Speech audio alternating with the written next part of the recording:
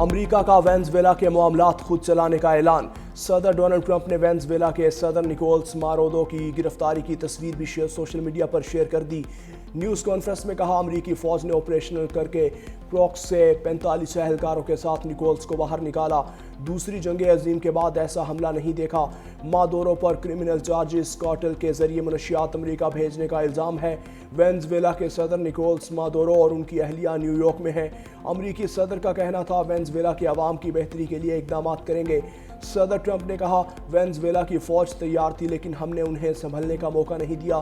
اگر کچھ ہوتا تو ہم دوسرے حملے کے لیے بھی تیار تھے۔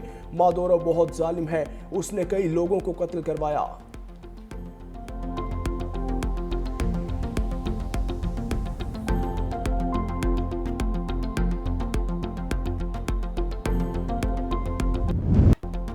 امریکہ نے وینزویلا کے گرفتار صدر اور اہلیہ نیو یارک منتقل کر دیں۔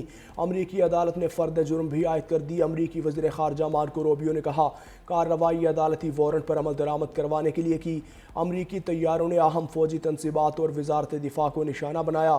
وینزویلا کے وزیر دفاع ولادیمیر پیڈریرو نے لوپیز کا گھر بھی نشانہ بنا۔ حملے کا روکس میرانڈا، آرگوا اور لاگویرا ریاستوں میں ہوئے۔ جنگی طیاروں کی نچلی پروازیں دیکھی گئیں۔ دھماکوں کے بعد کئی علاقوں میں بجلی غائب ہو گئی۔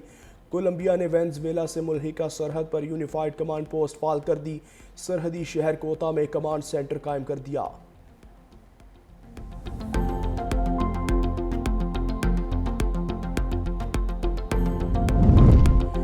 وینزویلا میں امریکی حملوں کے بعد ایمرجنسی نافذ۔ نائب صدر ڈیلسی رودریگز نے امریکی حملے کو جارحیت قرار دیا۔ کہا معلوم نہیں صدر اور ان کی اہلیہ کہاں ہیں۔ بولے اب ملک کی قیادت وہ سنبھالیں گے۔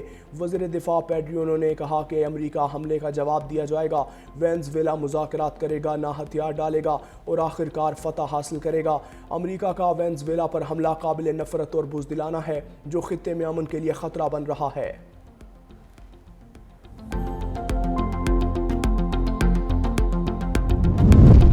وینزویلا میں عوامی حکومت کے قیام کا وقت آ چکا۔ وینزویلا کی اپوزیشن سیاستدان اور نوبیل امن انعام یافتہ مارکو رینا کا صدر نکولس مادورو کی گرفتاری پر رد عمل۔ انٹرنیٹ پر وینزویلا کے عوام کے نام کھلے خط میں ماریا کو رینا کا اپوزیشن لیڈر ایڈمنڈو گوانزیلیز کے ملک کے نئے لیڈر کے طور پر حمایت کا اعلان۔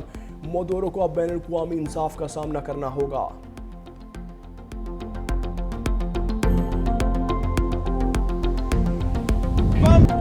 وینزویلا میں امریکی فوجی کارروائی اور صدر ڈونلڈ ٹرمپ کے وینزویلا کنٹرول کرنے کے بیان کے خلاف دنیا بھر میں شدید احتجاج۔ واشنگٹن میں وائٹ ہاؤس کے باہر مظاہرین کے وینزویلا کے خلاف جنگ نہیں کے نعرے۔ نیو یارک کے ٹائمز اسکوائر پر بھی ریلی۔ ٹرمپ کی گرفتاری کا مطالبہ۔ پیرس میں بائیں بازو کے مظاہرین کی امریکی حملوں کی شدید الفاظ میں مذمت۔ ایتھنز میں ہزاروں افراد نے مادورو کی گرفتاری کے خلاف مارچ کیا۔ روم میں اٹلی کے شہریوں اور ارجنٹینا کولمبیا میں بھی امریکی آپریشن کے خلاف مظاہرے ہوئے۔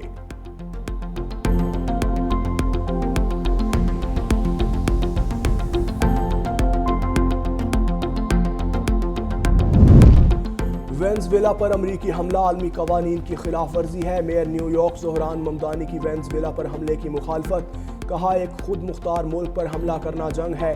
وینزویلا کے صدر اور ان کی اہلیہ کو نیو یارک کی جیل میں رکھنے کا منصوبہ ہے۔ امریکی کارروائی سے نیو یارک میں رہنے والے وینزویلا کے شہریوں پر اثر پڑے گا۔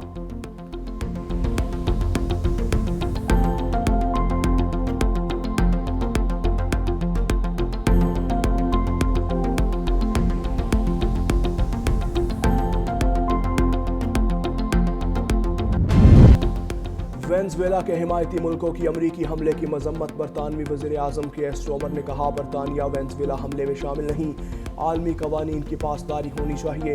روسی وزارت خارجہ نے کہا مزید کشیدگی کو روکا جائے، مکالمے کے ذریعے حل تلاش کیا جائے۔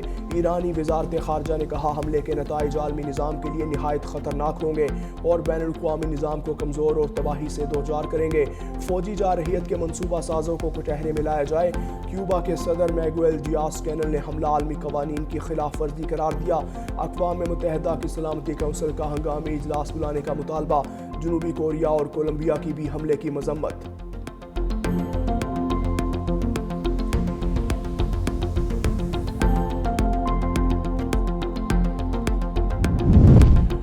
تہران دشمن کے سامنے ہرگز نہیں جھکے گا، ایرانی سپریم لیڈر آیت اللہ خامنہ ای کا امریکی دھمکی پر پیغام، خدائی مدد سے دشمن کو گھٹنے ٹیکنے پر مجبور کریں گے۔ اقوام متحدہ میں ایرانی مندوب کا سیکریٹری جنرل انتونیو گوتریس کو خط، امریکی صدر کے دھمکی آمیز بیان پر شدید احتجاج، صدر ٹرمپ کے بیان کو ایران کے اندرونی معاملات میں مداخلت قرار دیا، اقوام متحدہ نے مظاہرین کی ہلاکت پر تشویش کا اظہار کیا، انسانی حقوق کونسل کی خصوصی نمائندہ مائساتو نے پرامن اجتماع کے حقوق کے احترام کا مطالبہ کیا۔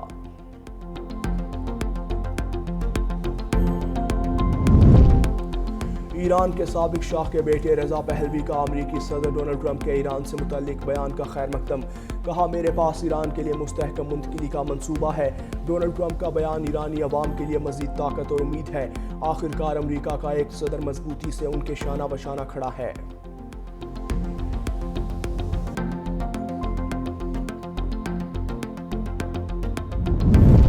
پاکستان سینتاس معاہدے کے تحت اپنے حقوق کے لیے اقدامات کرے گا، بھارت کی جانب سے سینتاس معاہدے کی یک طرفہ خلاف ورزی خطے کے امن کو خطرے میں ڈال دے گی۔ ترجمان دفتر خارجہ طاہر اندرابی نے کہا، بھارت اپنے ہمسایہ ملکوں میں دہشت گردوں کر کے عدم استحکام کی کوشش کر رہا ہے۔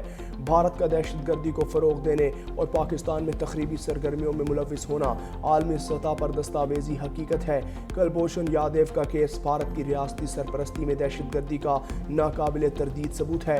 پاکستان کا یمن کی وحدت اور علاقائی سالمیت کے لیے مکمل حمایت کا اعادہ۔ ترجمان نے کہا، پاکستان یمن میں دیر پا امن اور استحکام کا خواہاں ہے۔ بھارت میں اقلیتوں پر تشدد کے واقعات میں اضافہ، امریکی اخبار نے مودی سرکار کی اقلیتوں سے تعصب کو بے نقاب کر دیا۔ وال اسٹریٹ جرنل نے لکھا، بھارت میں مسلمانوں کے ساتھ عیسائیوں کے حالات بھی بدترین ہیں۔ مودی حکومت فاشسٹ ہے اور صرف ہندو اکثریت کی ترجمان ہے۔ بی جے پی حکومت اقلیتوں سے مذہبی اور نسلی امتیاز برت رہی ہے۔ مودی کے دور میں مذہبی اقلیتوں کے خلاف تشدد میں خطرناک حد تک اضافہ ہوا۔ بھارتی سیکولرزم کا دعویٰ بے نقاب ہو چکا۔ مسلمانوں کو رہائش، ملازمت، تعلیم، ووٹنگ میں امتیازی سلوک کا سامنا۔ عیسائیوں پر جبری مذہب کی تبدیلی کے لیے حملے کیے جا رہے ہیں۔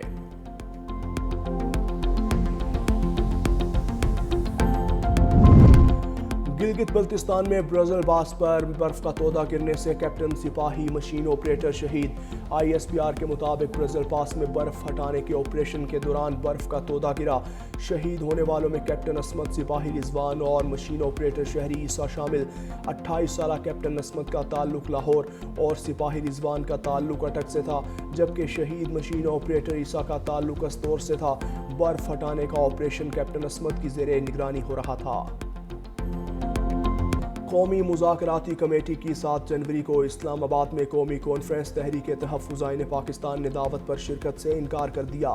ذرائع کے مطابق بانی پی ٹی آئی نے مذاکرات کا اختیار تحریک تحفظ پاکستان کو دیا۔ مذاکرات اسی پلیٹ فارم سے ہوں گے۔ کانفرنس میں نون league, peoples party, P T I, J U I, Jamaat Islami, M Q M, قاف league, P A P, A N P سمیت دیگر جماعتیں مدعو ہیں۔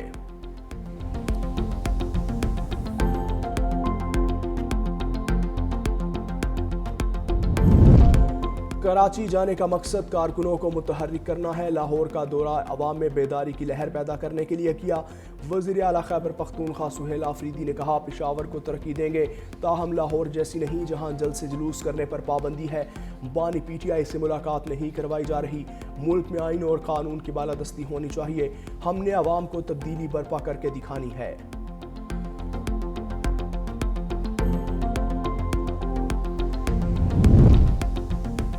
سہیل آفریدی کو کراچی آمد پر وزیر اعلیٰ کا پورا پروٹوکول دیں گے، عزت و احترام کے ساتھ خوش آمدید کہا جائے گا۔ میئر کراچی مرتضی وہاب کہتے ہیں، سہیل آفریدی کو برگر بھی کھلائیں گے اور کراچی کی روایتی اجرک پہنائی جائے گی۔ نفرت کی آڑ میں کراچی کو برا دکھانے کی کوشش کی گئی، لیکن بلاول بھٹو زرداری کی ہدایت پر شہر کی روشنیاں بحال کی جا رہی ہیں۔